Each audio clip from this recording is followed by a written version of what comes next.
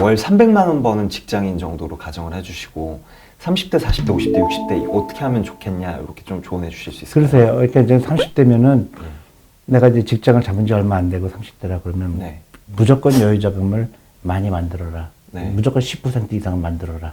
네. 그리고 주식에 투자해야 된다. 30대 때는 네. 예. 그리고 연금저축 펀드라는 좋은 제도가 있어요. 예. 그거는 무조건 해야 돼요. 1년에 400만 원까지 가능하거든요. 네. 그래서 그 세금 혜택이 좋아요. 그래서 그거는 대신에 55세까지 못 찾기 때문에 또 강제성도 있으니까 그거는 무조건 들어야 돼요. 400만 원까지는. 하루에 10,000원이잖아요. 예. 커피 사 먹지만 않아도 400만 원 채울 수 있잖아요. 그건 네. 무조건 채우세요. 그리고 55세까지 예. 기다려야 되고 부동산에 관심 갖지 마세요. 꼭 집을 가져야 된다는 생각을 잊어버리세요. 너무나 많은 사람들이 내가 집을 먼저 갖는 게 제일 중요하다고 착각을 해요. 월세가 제일 좋아요. 그리고 주식에 투자하고 그 다음에 결혼 안 했으면 결혼 꼭 하시고 신혼여행 가지 말고. 그게 황금알을 낳는 거위와 똑같다. 네. 그래서 그 거위를 길러라 계속. 그리고 이제 기계적으로 하는 거예요. 기계적으로. 쓸데없이 쓰는 돈은 무조건 컷하고 여행 가는 거 줄이고. 네. 그리고 이제 40대가 되면 그 돈이 많이 풀어져 있을 거예요. 예. 내가 예를 들어서 10억이 있다. 예. 그러면 집도 하나 마련하고 싶고. 예. 그러면 한 3억 주고 사야 되는데 3억짜리 집이 없다. 사면 안 되는 거예요. 아, 그래도 기다려야 되는 거예요. 그럼요. 내가 집을 사는데 내가 왜 10억을 들 이유가 전혀. 30%라고 하셨으니까. 그렇죠. 예. 그리고 앞으로 빈집이 많이 나올 거예요. 네. 빈집에 들어가 살아도 돼요. 저는 그렇게 생각해요. 그거는 근데 자산 상승 가치가 아니, 없을 집은 집들 자기가, 집은요, 투자 가치는 별로 안 돼요. 살다 보니까 오랜 기간이 지나니까 올라가게 된 거지. 그 상승 가치는 주식을 따라갈 수가 네. 없어요. 근데 주식은 다만 막 폭락도 오고 예. 또 올라갔다고도 하고 뭐 왔다 갔다 하잖아요. 예. 그게 두려운 것 뿐이지 내가 20년 투자할 거다 그러면 전혀 문제가 안 돼요. 올라가게 돼 있어요, 주식은. 왜냐면 그게 자본주의 기본 원리예요. 예. 그리고 이제 50대 때는 어떻게 하면 될까요? 50대 때는 이제 경제적 여유가 있다고 치면, 예. 이제 은퇴를 예를 들어서 60대 하겠다 그러면 이제 돈이 불어날 시간이 많지가 않잖아요. 예. 그러면 주식이 그동안은 만약에 전 재산의 80%였다 그러면 조금씩 줄어나가는 거죠. 은퇴, 이제 내가 점점 그 주식의 변동성을 견딜 수가 없겠죠. 예. 예를 들어서 내가 주식에 100% 갖고 있는데, 리만 사태가 딱 55세 때 생겼다. 네. 그럼 골치 아프겠죠. 그때 재산이 막 줄었을 거 아니에요. 예. 근데 그런 걸 방지하기 위해서 주식 비중을 조금 낮출 필요가 있죠. 점점 이제 은퇴 시간이 가까울수록. 은퇴 이후는, 이제 많이 쓰는 용어가 4% 룰이라는 게 있어요. 네.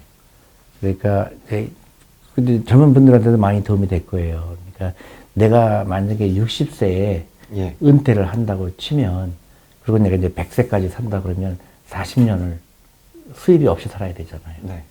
그랬을 때, 내가 60세가 됐을 때 어느 정도의 돈이 필요할까? 그러면, 흔히 쓰는 게 이제 4% 룰이라는 게 있어요. 4%라는 거는 내가 10억이면, 예. 10억에 4%면 4천만 원이잖아요. 예. 4천만 원이 내 1년 생활비예요. 예. 근데 내가 60세 때 됐을 때는 이제 인플레이션까지 따지게 되면 한 30억은 필요할 거예요, 지금. 미니멈으로. 그러면, 30억에 4%만 1억 2천. 한 달에 1,000만 원 쓸 수 있는 거죠. 근데 그 당시 이제 은퇴할 때쯤 되면 이제 물가가 올랐을 테니까 한 30억은 저는 미니멈 현찰 가능한 게 30억은 있어야 된다고 보거든요. 그러면 원금이 송산이 안 되면서 내가 100세까지 살 때 큰 부담이 없을 거라고 생각해요. 그러면 30억을 만드는 거를 내 목표로 삼아야 되죠. 60세에 내가 30억을 만들려고 그러면 어떻게 될 건가. 그래서 신혼여행 가지 말라는 거예요. 30억 만드는 게 더 중요하다. 네. 왜냐하면 신혼여행 갔다 온 다음에 그 당시에 좋지만 60살 됐을 때 내가 마이너스 통장이다 그러면 심각하잖아요. 그렇죠. 그러니까 젊었을 때는 그 눈사람을 만드는 거를 제일 먼저 따져라.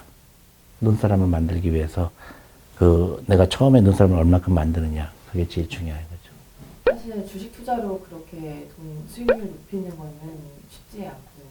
그렇지 않을걸요? 예를 들어서 30대잖아요? 그러면 내가 예를 들어서 한 달에 100만 원을 투자한다. 50만 원 투자한다고 볼까요? 그러면 한 달에 그러면 1년에 6천만 원이죠. 그 10년이면 6억이에요. 그죠? 근데 그게 복리 효과로 되면 10억은 그렇게 어려운 일이 아니에요. 근데 20년으로 따지면 20년 따지면 2, 30억 어려운 일 아니에요. 10억이 커 보이지만 그렇게 큰 금액이 아니에요. 예를 들어서 내가 테스트 해봤거든. 우리가 지금 하루에 10,000원 투자하기 운동을 하고 있거든요. 근데 하루에 10,000원 투자하는 거는 어렵지 않다고 그래요. 근데 석 달에 100만 원 넣으라 그러면 이건 힘든다고 그래요. 근데 한 달에 10,000원이거든. 네네. 석 달에 100만 원만 하라고 그러면 그건 난 힘든데 그래요. 너무 신기하지? 그래서 이 복리의 마법이 무서운 거예요. 예, 뭐 어쨌든 부동산 그러니까 투자 관점에서 계속 이야기를 해주셨잖아요. 근데 뭐 당위성의 관점에서 지금 요즘 흔히들 정치권에서 부동산, 뭐 주식, 뭐 다 해서 뭐 이런 것들은 돈 놓고 돈 먹기다라고 해서 그게 불로소득 아니냐라는 좀 비판도 많이 나오고 있어요. 저는 그 불로소득이라는 얘기는 많이 들었죠. 주식도 예. 불로소득이라고 많이 하잖아요. 예. 근데 그게 가장 심한 나라가 일본이에요. 네네. 일본은 자본소득에 대해서 일을 하지 않은 돈이라고 얘기해요. 그냥 불로라는 게 노동이 들어가지 않은 재산이라고 그러잖아요. 예. 저는 그 말에 절대 동의할 수가 없는 게 리스크를 택한 거잖아요. 내 자본이 들어간 거잖아요. 자본이 투하가 된 거거든요. 근데 그거는 내가 자본이 투자했을 때는 내가 많은 기회비용을 포기한 거잖아요. 예. 그래서 이 소득인데 어떻게 일을 안 했다고 그래요. 그냥 그게 금융 문명의 일종이에요. 일본이 그렇게 그것 때문에 그런 거죠. 저는 주식도 마찬가지예요. 저는 어떤 정치인들 프로그램에 그 디베이트 하는 거 그때 거기에 그런 내용이 나오는데 한 사람이 다른 사람을 공격할 때 당신 왜 주식 투자하고 있냐. 근데 그것도 사과를 하더라고요. 그래서 그래요? 그래서 제가 주식 투자한 거 죄송하다. 그래서 저는 너무 놀랐어요. 네. 그게 잘못된 이제 그 금융 문맹을 더 예. 하는 거죠. 근데 예를 들어서 연속금 같은 데서 보면 저 집은 주식 투자해서 망했잖아. 이런 식으로 표현을 한다든가 그런 게 이제 너무 안타깝죠. 이게 절대적으로 잘못된 거죠. 자본주의의 가장 핵심은 노동과 자본이 같이 조화롭게 일하게 하는 시스템이에요. 예. 근데 노동만 가지고 부가 될 수가 없기 때문에 자본이 일하게 하는 걸 가르쳐 주는 거죠. 그게 금융이에요. 간단히 얘기하면. 그래서 미국 같은 경우에 옛날에는 자본가와 노동자가 굉장히 끊임없이 싸움이 일어났잖아요. 근데 지금 미국에서 노동자하고 노사 관계가 큰 문제가 안 되는 이유가 뭐라고 생각하세요? 미국의 기업들이 주식을 종업원들한테 나눠주기 시작한 거예요. 예.